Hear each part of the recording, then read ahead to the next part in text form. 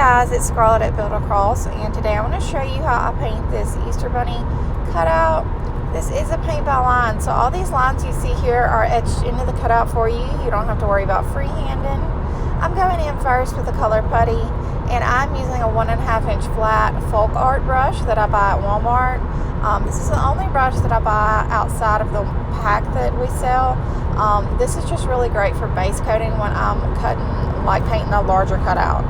And so I'm just brushing in some of the chocolate color in through that, and the most important step is that you just want to make sure your putty is still wet so that the chocolate is able to blend through it. And I'm just going in with my heat gun, and I am drying my bunny area so that I can paint my soft pink color here and not worry about it smearing.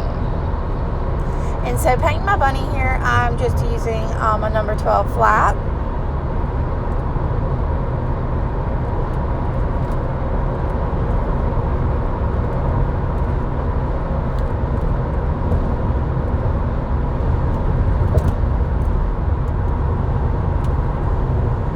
And again, this is Soft Pink by Dixie Belle.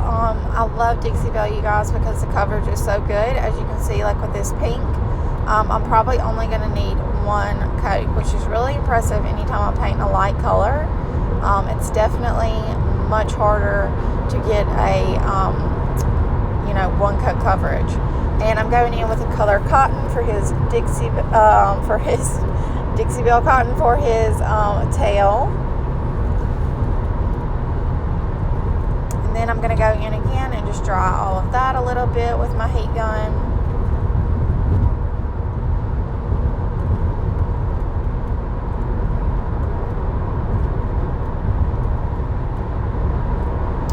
Next, I'm going to go in with a medium-sized round brush. You can use an angled brush. Honestly, an angled brush is probably best and easiest for polka dots.